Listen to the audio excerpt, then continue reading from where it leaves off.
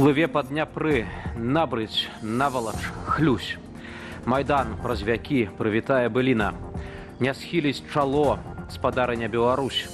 Незалежная, як жыццё, нэнька Украіна. Гэта адзін з апошніх вершаў Рыгора Барадуліна, якому сёння магло б споўніцца 90 гадоў.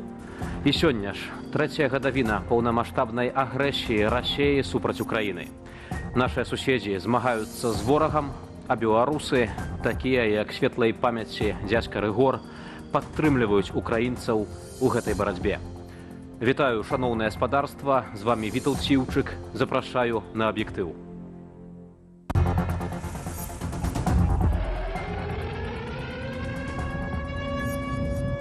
Тры гады няспынных расійскіх злачынстваў і 3 гады надзвычайнага украінскага супраціву.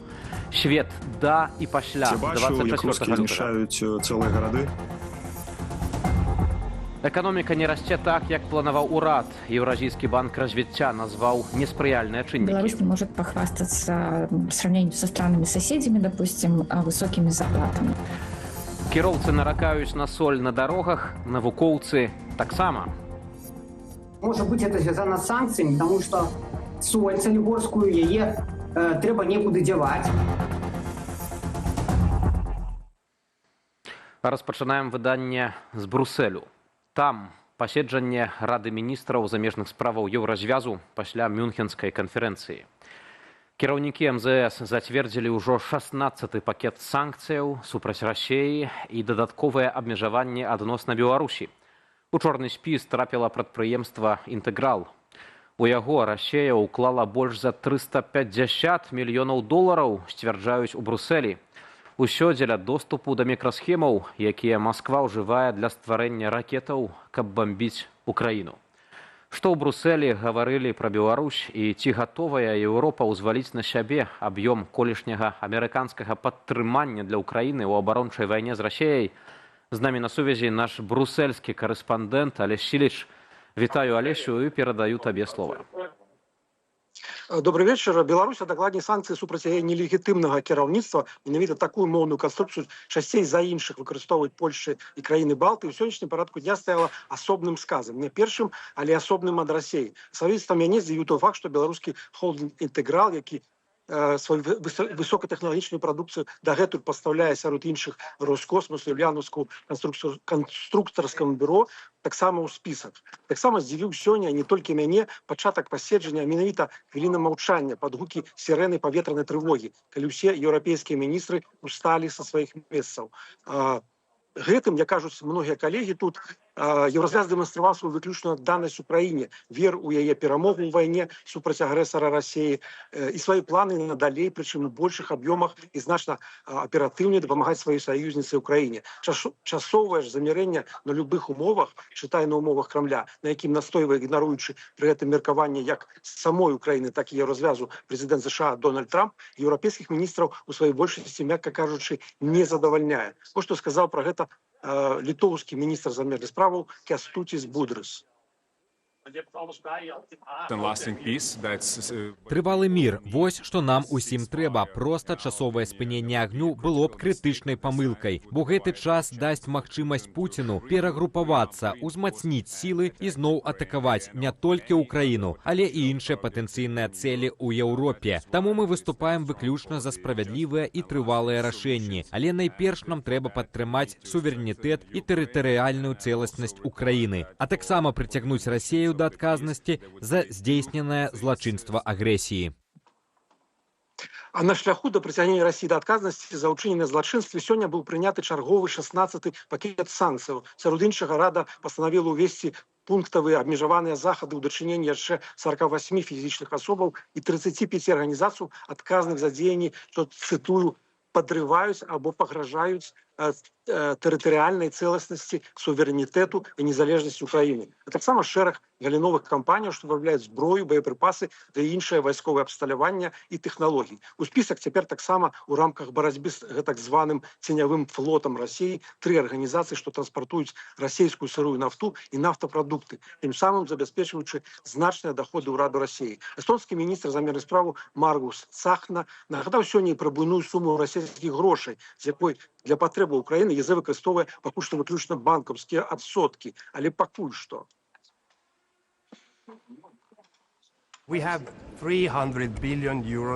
маем 300 мільярдаў еўраў замарожаных расійскіх актываў тут, у Еўропе. І нам трэба, урэшце, прыняць агульную пастанову выкарыстоўваць гэтыя грошы на карысць Украіны. У тым ліку, у выпадку, калі Злучаныя Штаты пастановяць больш не падтрымліваць Украіны. Гэты план Б дазволіць нашаму саюзніку ў Украіне працягваць змагацца за сваю свабоду, калі зараз і ў будучыні яна будзе мець у гэтым патрэбу.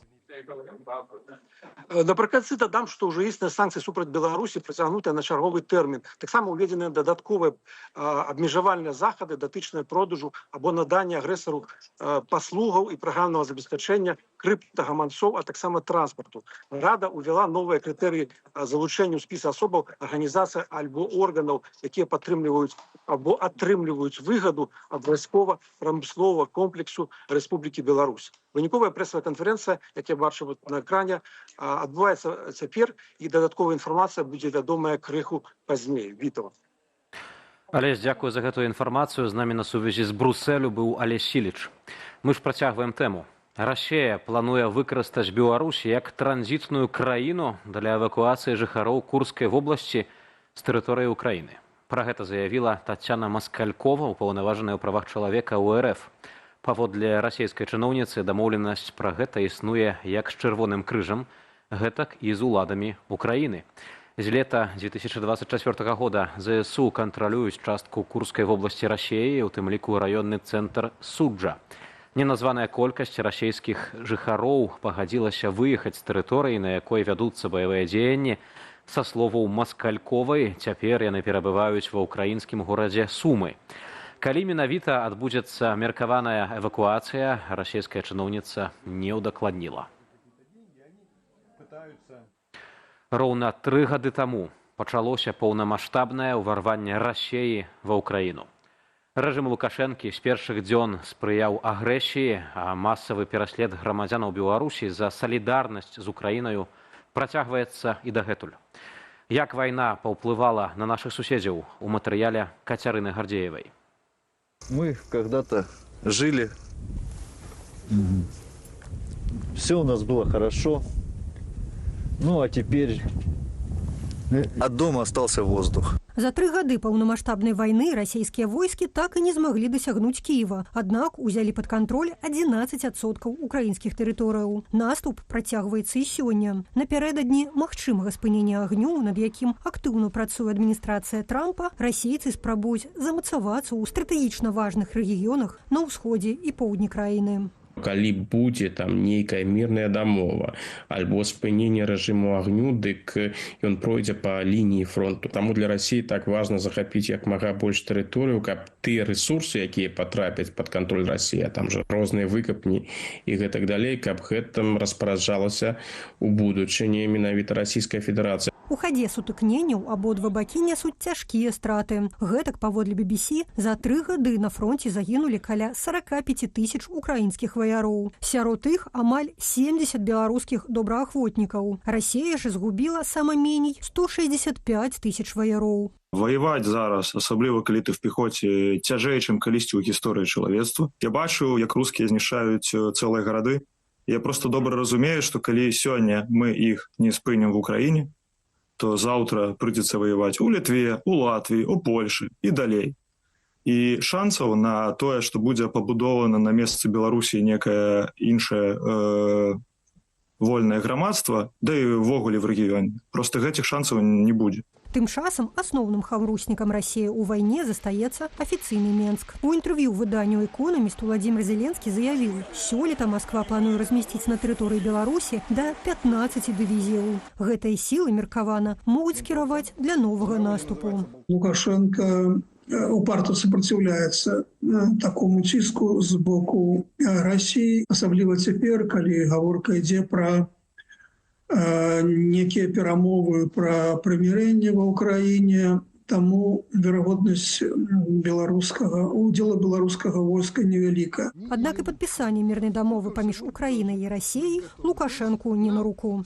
Лукашенко разумее, што калі вайна раптам спынілася, то геапалітычнае значэнне Беларусі знікае, жаданне цярпець розныя выбаркі, эскапады з боку Лукашэнкі знікае, ціск на яго узмацняецца, і гэта для яго можа стаць велізарнай праблемай. Пакуль жа улады ў Менску працягваюць рэпрэсіі супраць тых, хто падтрымлівае Украіну. Паводле праваабарончага цэнтру «Вясна», з пачатку паўнамаштабнай вайны за праўкраінскую пазіцыю ў Беларусі адсудзілі больш за 200 чалавек. 41 асоба атрымала прысуды за данаты беларускім добраахвотнікам. Яшчэ 93 за перадачу фота і відэа расійскай вайсковай тэхнікі ў СМІ. Кацярына Гардзеева, Белсат. Тым часам міністр замежных справаў Максім Рыжанкоў прыляцеў у Жэневу.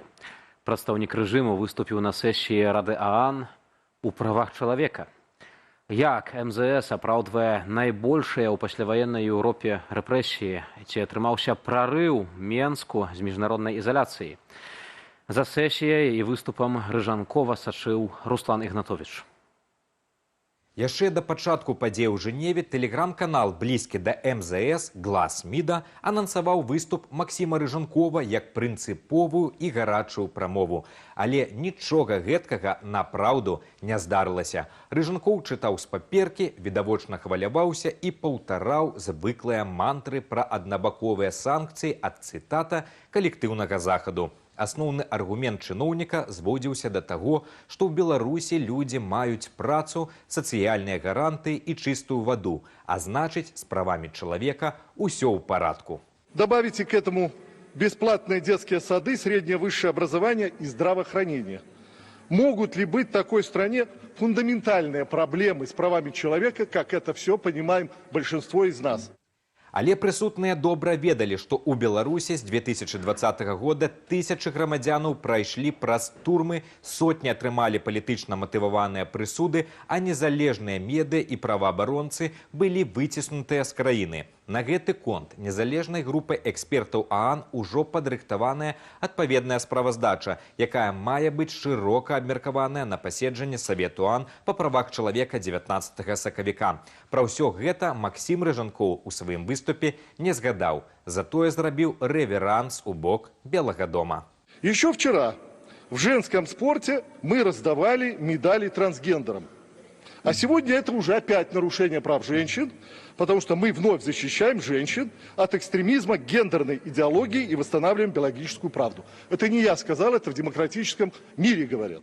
Якая іронія, якраз у гэты час Камітэт ААН па ліквідацыі дыскрымінацыі ў адносінах да жанчынаў заклікаў Беларусь забяспечыць, каб жанчыны-праваабаронцы як у краіне, так і ў выгнанні маглі свабодна выказваць сваё меркаванне і займацца праваабарончай дзейнасцю, не сутыкаючыся з ціскам, палітычна матываваным пераследам і затрыманнямі. Выступ Рыжанкова нагадаў былыя штампы, якія не могуць схаваць рэальную сітуацыю з правамі чалавека ў нашай краіне. Руслан Ігнатовіч, Белсат. У працяг тэмы правоў чалавека і іх грубага парушэння. Сёння стала вядома пра тое, што КДБ затрымаў журналістку Паліну Піткевіч. Яе абвінавачваюць ва ўдзеле ў так званым экстрэмісцкім фармаванні, праекце Media IQ, паведамляе наша Ніва. Судовы працэс распачнецца 7 сакавіка ў Менскім гарадскім судзе. Media IQ – гэта ініцыятыва прэс-клубу Беларусі для павышэння медыяпісьменнасці. Піткевіч згадвалася сярод яе ўдзельнікаў. Журналістка вядомая матэрыяламі на культурныя тэмы, любіць тэатр і дапамагае беспрытульным жывёлінам. Скончыла журфак БДУ ў 2016 годзе. Зараз ёй пагражае ад 2 да 6 гадоў калоніі або да 4 гадоў так званай хіміі. Таксама сёння стала вядома пра затрыманне каталіцкага святара ксяндза Дзмітрая Мальца, нібыта за падпіску на так званыя экстрэмісцкія рэсурсы. А ў Менску пачаліся суды над праграмістамі Дзмітраем Хамельянскім і Аленай Каспяровіч. Іх абвінавачваюць ва ўдзеле ў пратэстах у 2020 годзе.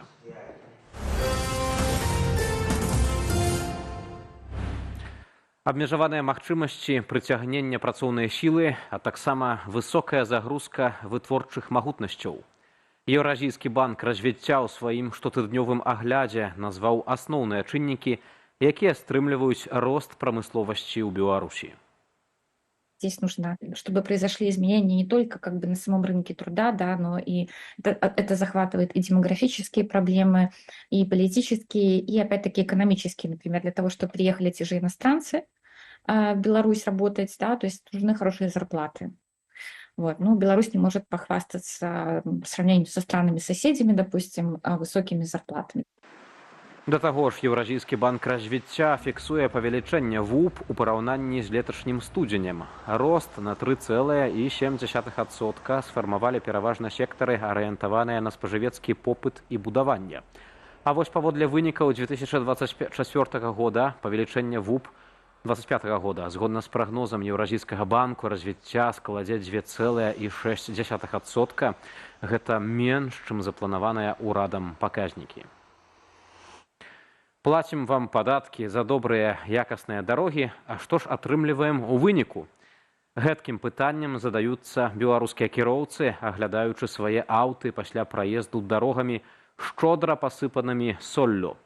Аўтаўладальнікі патрабуюць ад дарожнікаў кампенсаваць страты. Адпаведныя відэа з'явіліся ў тэлеграм-канале «Беларусь з МКАДам». Мінулай зімою працаўнікі Акадэміі навук збіраліся тэставаць новыя сумесі для зімовых дарог. Вынік эксперыменту меліся прэзентаваць летась у жніўні, але, як відаць, альтэрнатывы солі так і не знайшлі.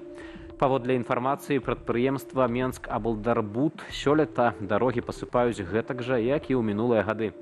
Гэта тэхнічная соль або пяскова-солевая сумесь. Што ж да пакрыцця стратаў, гэта, як сведчаць юрысты, рэч няпростая. Каб атрымаць кампенсацыю за той жа знішчаны кузаў аўта, трэба давесці, што прычына пашкоджання менавіта соль. Даказаць жа гэта амаль немагчыма. Асноўны складнік гэтых расолаў гэта хларыд іёны. Пападаючы на металічную фурнітуру абутка ці на часткі аўтамабіляў, яны выклікаюць так званыя хларыдныя атакі. Гэта вельмі важлівы такі элемент каразійны, то бок гэта электрахімічная карозія з вельмі глыбокімі ачагамі. Давно ўжо ўстаноўлена, што менавіта хларыды гэта прычына разбурэння мастоў і пуцеправодаў.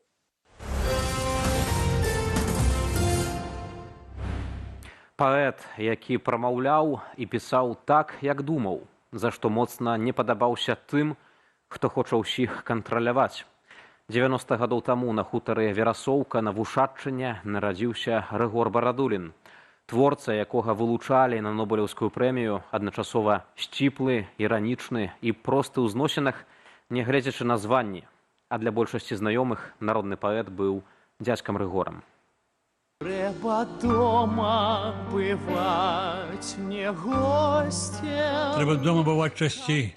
Трэба дома бываць не госцем. Гэтыя словы Рыгора Барадуліна ведаюць нават людзі далёкія ад літаратуры. Паэт, ён гарыць, як балючы гузак на лобе абражанага народу. Так акрэсліваў сваю місію сам творца. Класік беларускай літаратуры, блізкі сябар Васіля Быкава, Уладзіміра Караткевіча і Геннадзя Бураўкіна сёння мог бы адзначыць сваё 90-годдзе. Мова, таксама як і вера ў Бога, это ад маці.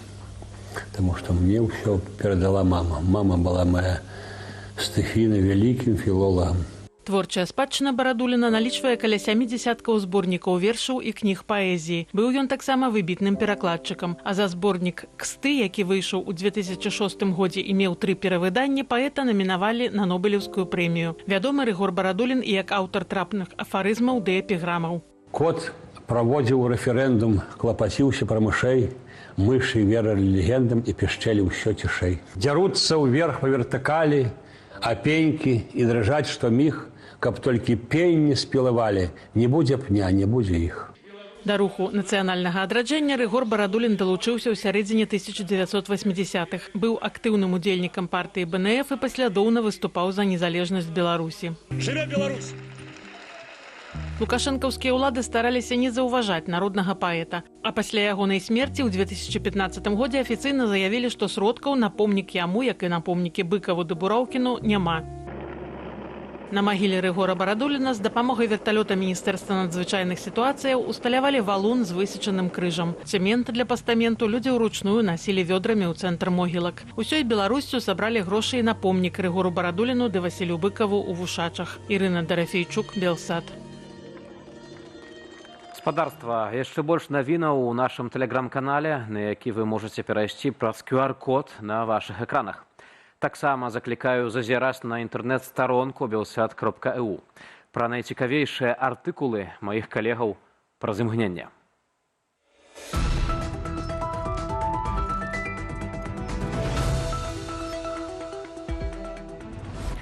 3 гады таму Расія распачала так званую спецыяльную ваенную аперацыю. Тады планы Крамля зводзіліся да, цытата, «узяцця Кіева за 3 дні». Аднак паўтарэння крымскага бліцкрыгу, то бок хуткай і амаль бяскроўнай акупацыі паловы ці ўсёй тэрыторыі ўкраіны не атрымалася. Як сітуацыя выглядае сёння? Нашыя калегі з belsat.eu падрыхтавалі адмысловую мапу. Праз 3 гады поўнамаштабнай вайны Расія кантралюе крыху менш за 20% тэрыторыі ўкраіны. Пры гэтым цалкам толькі Крым акупаваны яшчэ ў 2014 годзе. Амаль цалкам пад кантролем апынулася Луганская вобласць, а ў Запорожскай і Херсонскай вобласцях Расія не кантралюе абласных цэнтраў. Пры гэтым жорсткія баі працягваюцца, а самы крывавы кірунак сёння – Пакроўскі ў Данецкай вобласці. Падрабязней чытайце на belsat.eu. Адна са сфераў, што патрабуе зменаў у будучай дэмакратычнай Беларусі – вайсковая. З гэтым пагаджаецца бальшыня экспертаў, але як рэфармаваць абарончую сферу нашай краіны? Пытанне адкрытае. Адказы на яго нашыя калегі з belsat.eu паспрабавалі знайсці разам з экспертамі. Былая міністрка абароны Літвы, дэпутатка Еўрапарламенту Раса Юкнявічыене, мяркуе, што беларусам варта будзе браць прыклад з Фінляндыі. Гэтая краіна сутыкаецца з падобнымі пагрозамі, што і нашая, ды мае падобны гістарычны досвед. Фіны шануюць традыцыі свайго войска і ахвотна ідуць служыць у армію. Паводле прадстаўніка аб'яднанага пераходнага кабінету Беларусі ў абароне і нацыянальнай бяспецы Вадзіма Кабанчука, арыентавацца можна на мадэль швейцарскай ці ізраільскай арміі. У абедзвюх краінах праз вайсковую службу праходзяць фактычна ўсе грамадзяне. А былы намеснік начальніка генштабу ЗСУ Ігор Раманенко ў каментары Белсату заявіў, што будучая армія вольнай Беларусі можа быць адносна нешматлікай і мабільнай, калі будзе мець сучаснае ўзбраенне і ўваходзіць у калектыўную сістэму бяспекі. Толькі для гэтага трэба ўвесь час яе мадэрнізаваць. Узброеныя сілы спраўджваюць баявую гатовасць. Нашых суайчыннікаў масава выклікаюць на вайсковыя зборы. Паводле Міністэрства абароны, такая захада неабходная праз асаблівасці сітуацыі, што складваецца вакол Беларусі. Як праходзяць гэтыя зборы, непасрэдныя удзельнікі распавялі нашым калегам з belsat.eu. Паводле аднаго з суразмоўцаў у ваенкамаце яго папярэдзілі, што трэба браць з сабою не толькі асабістыя рэчы, ежу, сродкі гігіены, а і пажадана берцы ды вайсковую уніформу, бо інакш насіць давядзецца тое, што выдадуць. Таксама мужчыну паведамілі, што забраць могуць на тэрмін да 60 дзён. Другі беларус у размове з Белсатам адзначыў, што на зборах іх абяцалі навучыць новаму, у прыватнасці працаваць з новую тэхнікаю. Але на справе атрымалася крыху інакш. Да таго ж з тэхнікаю, дадаў беларус, на зборах усё сумна. У асноўным яна вельмі старая і сапсаваная, таму большасць тэхнічных сродкаў глухне ўжо праз 5-10 кіламетраў. Ці бываюць нявінныя сілавікі? Гэткім пытаннем задаўся наш калега Віталь Цыганкоў, вядоўца студыі Белсату і праграмы «Двубой». Нагодай для развагаў стала прызначэнне новага кіраўніка сталічнага АМАПу, 47-гадовага палкоўніка Мікалая Максімовіча. Ягонае імя стала шырока вядомым пасля тэлефонных размоваў, апублічаных кіберпартызанамі. На запісах гэтак званы сілавік абмяркоўваў умовы, якія трэба стварыць для палітычных вязняў. Віталь Цыганкоў узгадвае, што яшчэ да 2020 года пісаў: «Улада ў Беларусі трымаецца на сілавых структурах, у якіх пануюць два тыпы працаўнікоў – паталагічныя садысты і абыякавыя выканаўцы». Пасля сфальсіфікаваных прэзідэнцкіх выбараў, калі журналіст быў збіты і затрыманы, ён спаткаў абодва гэтыя тыпы. Пры гэтым Віталь Цыганкоў зазначае, што ўсе сілавікі, так бы мовіць, і добрыя, і садысты парушаюць закон, і да гэтага іх абавязваюць усе законы і інструкцыі, таму іх вучаць выкладчыкі ў міліцэйскіх акадэміях. Цалкам меркаванне чытайце на belsat.eu. Максім Рыжанкоў у Жэневе, прадстаўнік рэжыму, адказнага за найбольшыя рэпрэсіі з часоў сталінізму, удзельнічаў у адкрыцці сесіі Рады правоў чалавека ААН. Што там робіць лукашэнкаўскі міністр і чаго ён дасягнуў? Пра гэта мой калега Віталь Бабін паразмаўляў з былым міністрам культуры і дыпламатам, а цяпер апазіцыйным палітыкам Паўлам Латушкам. Праграма «Белсадзум» праз імгнення.